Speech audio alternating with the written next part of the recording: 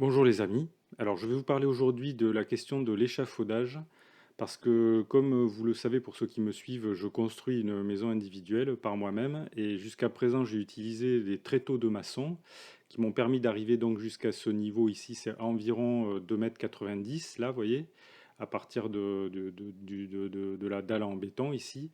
Et maintenant je suis coincé parce qu'il faut que je construise ici le pignon qui se trouve à 2 mètres plus haut que le niveau auquel je suis arrivé ici, et par conséquent, il va me falloir un échafaudage. Et donc la question qui se pose, c'est comment je vais m'y prendre? Est-ce que je vais louer un échafaudage? Est-ce que je vais plutôt en acheter un? Est-ce que je vais m'en faire prêter un? Combien ça va coûter, etc. Donc je vais vous parler de ça dans cette vidéo, mais avant de commencer à vous présenter cette question d'échafaudage, n'oubliez pas de vous abonner à la chaîne si vous ne l'avez pas encore fait, comme ça vous recevrez gratuitement des actualités sur la construction de maisons. Ça peut vous servir si vous avez vous-même un projet de construction de maison ou autre d'ailleurs, un garage par exemple, ou une extension, etc. Donc vous pouvez vous abonner, c'est gratuit. Vous pouvez également cliquer sur le pouce j'aime sous la vidéo et laisser des commentaires. Alors jusqu'à présent, j'avais utilisé donc des tréteaux de maçon qui permettent d'aller, voilà ce qu'on voit à l'image là, et ces tréteaux de maçon, ils permettent d'aller uniquement jusqu'à 2 mètres de hauteur, c'est la hauteur maximale du plateau de travail. Et donc, avec ces tréteaux, on ne peut pas bâtir au-delà de... Là, je suis monté jusqu'à 2,90 m, vous voyez, donc 1 mètre plus haut que la hauteur maximale du plateau. Mais je pourrais, évidemment, je pourrais pas aller jusqu'à 5 mètres, puisque depuis le plancher, là, depuis le plancher, depuis le sol de la maison, le sommet du pignon, il est à 5 mètres de hauteur. Alors ce que j'ai fait, donc j'ai appelé une compagnie, là, une société de location d'échafaudage donc pour la maçonnerie, mais pas seulement, hein, ils louent des échafaudages pour faire le ravalement de façade, les toitures, tout ce qu'on veut, quoi, voilà. Et alors là, par exemple, on est sur le site qui loue tout, mais c'est pas chez eux hein, que j'ai téléphoné, quoi. J'ai téléphoné chez un loueur de matériel local et les conditions il m'a dit que bon, de toute façon, ils n'ont pas d'échafaudage. Déjà, voilà, c'est réglé parce que ces échafaudages, ils se louent à la quinzaine ou au mois. Donc ils sont loués parce que la plupart du temps par des maçons ou par des couvreurs aussi, ça peut arriver, ou par des façadiers. Et ils ne les louent pas pour 1 ou 2 jours, donc c'est pour un mois. Et là, ils n'en ont pas, donc c'est pour moi la question, elle est réglée. Mon loueur local, c'est pas possible. Il faudrait que j'aille chercher un échafaudage loin, très loin de chez moi. Donc ça réduit la possibilité.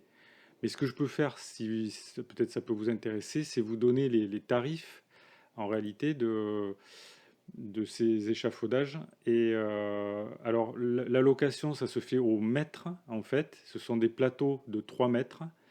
On peut les louer de 3 mètres de large donc. Et après on superpose les plateaux avec des échelles, ils appellent ça des échelles. Et donc on monte en hauteur. Donc moi il m'a dit qu'il me fallait, je lui ai dit qu'il me fallait 6 mètres de plateau en fait. Donc puisque ma maison fait 8 mètres de large, je ne peux pas prendre 9 mètres. Il me fallait 6 mètres et il m'a dit qu'il me fallait prendre 6 mètres de haut puisque j'avais ma hauteur de construction qui m'a mené à 5 mètres. Donc il fallait une échelle supplémentaire pour le dernier étage entre guillemets.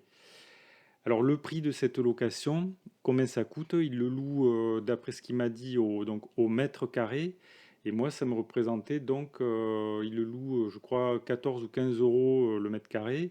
Et moi, pour 15 jours, j'en avais donc pour 333 euros, quelque chose comme ça, voilà. Sans compter la livraison, parce qu'il m'a dit que ce sont des échafaudages, donc ces échafaudages de maçon qui sont quand même très encombrants. Et que il faut, pour les, pour les transporter, en fait, il m'a dit qu'il fallait un camion, qu'une remorque individuelle, à son avis, ça ne conviendrait pas. Donc, il m'a dit il aurait fallu louer un camion, au moins pour une demi-journée, pour l'aller, pour le monter, et à nouveau une demi-journée pour le retour. Et je crois que la location du camion, c'était quelque chose comme 127 euros, quelque chose comme ça, pour la demi-journée. Donc, vous voyez, au final, j'en aurais eu pour 333 plus environ, on va dire, 250 euros, ce qui fait environ 550 à 600 euros quoi, pour la location pour 15 jours, ce qui, je trouve ça quand même extrêmement cher, quoi. Surtout qu'il s'agit pour moi uniquement de monter deux pignons de maison, donc deux petits pans de mur de pas grand-chose en fait. Euh, alors c'est vrai ils sont situés en hauteur, c'est embêtant, hein. De toute façon, bon, il va me falloir un échafaudage, mais cette solution-là me semble quand même extrêmement coûteuse. Alors je me suis dit donc plutôt que de louer à ce prix-là, j'avais peut-être intérêt à acheter quelque chose. Donc je suis allé voir un petit peu ce que je voyais sur Le Bon Coin là, et effectivement j'ai trouvé des échafaudages qui pourraient peut-être faire l'affaire. Alors il ne s'agit pas d'échafaudage de maçon. Là j'en ai trouvé un par exemple qui est à 400 euros, qui est avec une hauteur de travail maximale de 4,70 m et qui est un échafaudage roulant. Alors je me dis, bon, est-ce que ça peut aller pour faire de la maçonnerie? Peut-être c'est plus adapté pour faire de la peinture ou pour faire du travail d'intérieur, du travail pas avec des parpaings et compagnie, mais je me dis, bon, tu n'as pas grand-chose, tu n'as pas beaucoup de parpaings à monter, et tu les feras un par un de toute façon, parce que c'est un petit plateau, hein. En plus, il est roulant, donc on peut le déplacer facilement. Voilà, donc je me dis que ça pourrait tout à fait faire l'affaire. Alors le prix, comme vous pouvez voir là, c'est 400 euros pour cet exemple-là, hein, d'échafaudage. Alors ça, c'est un échafaudage d'occasion. Je pense que la personne, comme moi, a dû avoir besoin de faire des travaux en hauteur du style peinture ou quelque chose comme ça, et des travaux peut-être un peu ponctuels, et maintenant la personne revend l'échafaudage. Donc il est d'occasion. Mais sur Internet, évidemment, on va en trouver. Je pense que ça doit être ce modèle ici qu'on peut voir là. Je pense que ça doit être ça. Donc ce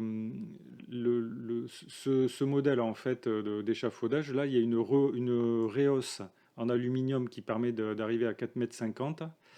Et la partie basse, je crois qu'elle coûte quelque chose comme... alors attendez, je vais chercher. Ça doit coûter quelque chose comme 400 euros, quelque chose comme ça, quoi. Voilà, ça coûte 449 euros. Donc là, vous voyez, j'en aurai pour, on va dire, 650 euros si je l'achète neuf. Ce modèle, il est pliable. Alors ça, c'est Brico Dépôt, hein, vous voyez. Donc peut-être ça pourrait faire l'affaire, en fait. Voilà. Donc, et puis, alors, il faut penser aussi à la suite du chantier, parce que bon, je vais avoir mes deux pignons à monter. Mais il n'y aura pas que ça à faire, hein, dans l'intérieur de la maison, une fois que la toiture sera posée. Ça pourra servir d'ailleurs pour peut-être accéder en partie au comble, quoi, mais également pour faire tout ce qui est travail de peinture ou les joints du placo, etc. Ça peut avoir de multiples utilités à l'intérieur de la construction. Donc voilà les amis, donc je ne sais pas encore. Alors j'ai peut-être un ami qui pourrait peut-être me prêter un échafaudage ou me le louer pour pas cher, quoi, voilà. Mais vous voyez les alternatives que j'ai là, c'est donc soit la location chez un professionnel, là, pour moi c'est un petit peu compromis. J'ai un ami qui pourrait peut-être m'en prêter un, ou alors il va falloir que j'en achète un, ça va me coûter quand même pas mal, 650 euros dans ces eaux-là. Alors dites-moi les amis ce que vous en pensez. À votre avis, est-ce que ce genre d'échafaudage, ça convient pour la maçonnerie? Est-ce que vous avez déjà une expérience avec ce style d'échafaudage? Donnez-moi votre avis en commentaire si vous avez un avis. Voilà, donc je vous remercie pour votre attention et je vous dis à bientôt pour de nouvelles vidéos.